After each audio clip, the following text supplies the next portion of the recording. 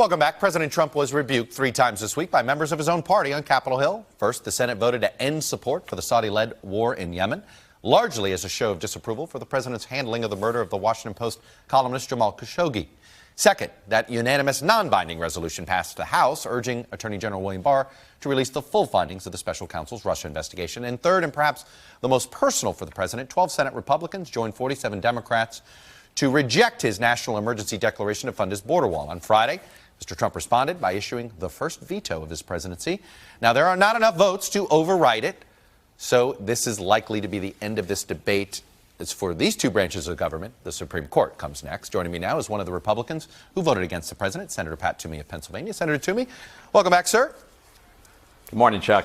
So let me start with this. Look, I feel as if you and your other 11 Republicans that voted with the Democrats on this were trying to send the president a message about the Constitution, a message about Article 1 versus Article 2 to the president. He clearly did not hear that version of the message. The president almost was gleeful in vetoing it. Does that disappoint you that he didn't hear your constitutional argument?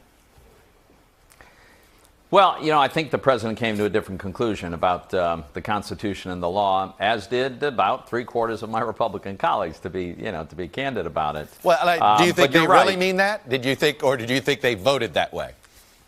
Look, I don't question the motives. I look at what people do. You're right that this was never about the wall. I'm pretty sure every Republican that voted in favor of disapproving of the emergency declaration, including me, we support the wall funding.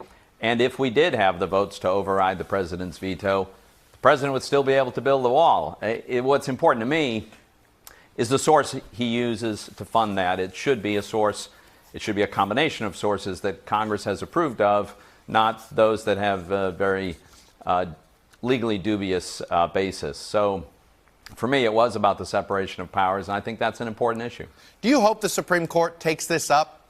And which part and how do you want them to look at this? Do you want them to look at the appropriations aspect of it or the legislative disapproval of the emergency?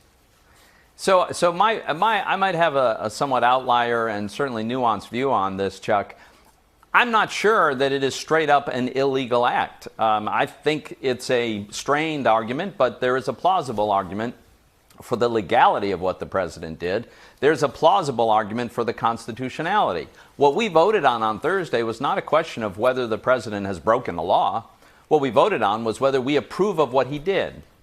And I approve of border wall construction. I don't approve of the way the president is funding it. So when that question was before me, I voted to disapprove of the declaration. The courts might very well end up siding with him. So you don't know for sure if this is unconstitutional. I mean, this is the first time the Emergency Act was used to essentially to overturn a rejection of a funding proposal to refund it. I mean, that is something that had never been done before in the Emergency Act.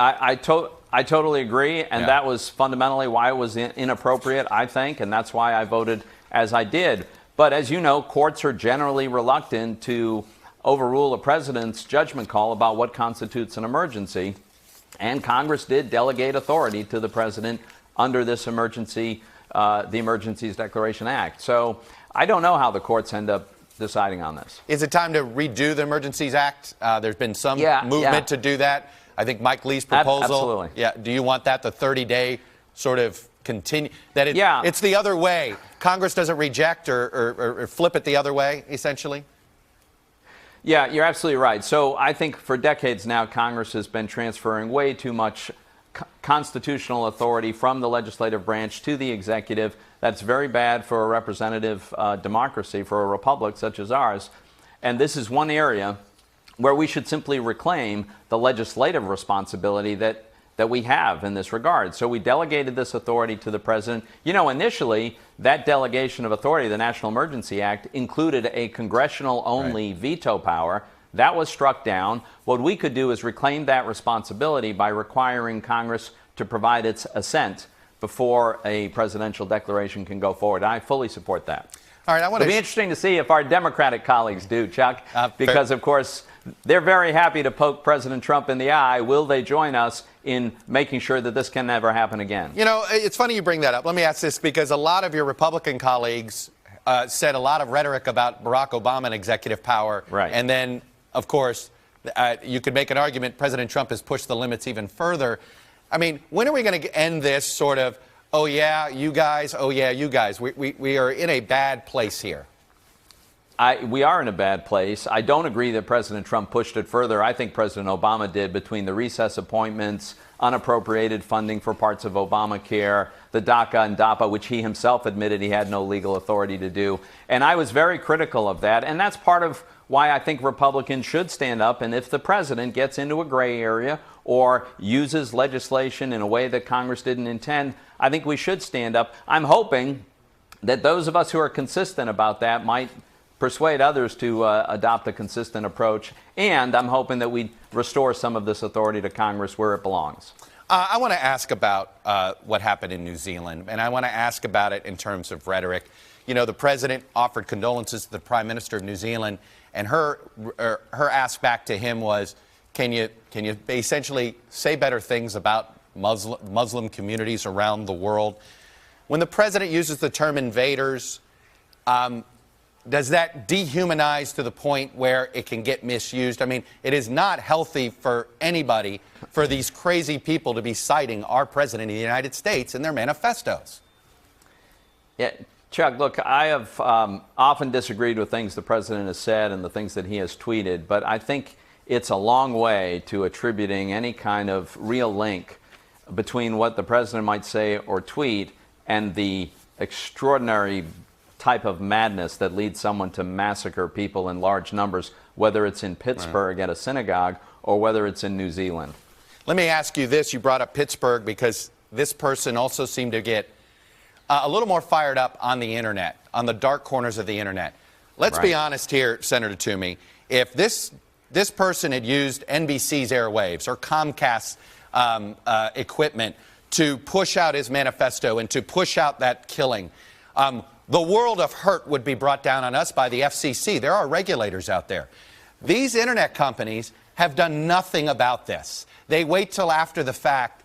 And do we need to do something to treat these companies as media companies, that Facebook would get held as responsible as any broadcast media company would?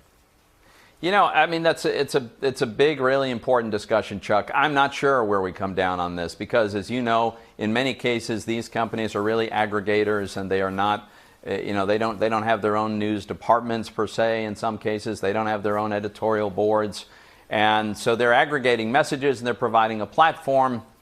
And this is a new, very, very important challenge for us. I don't think there's an obvious or easy answer. All right, Senator Toomey, I will leave it there. Republican from Pennsylvania. As always, sir, thanks for coming on and sharing your views. Good to see you. Thanks for having me.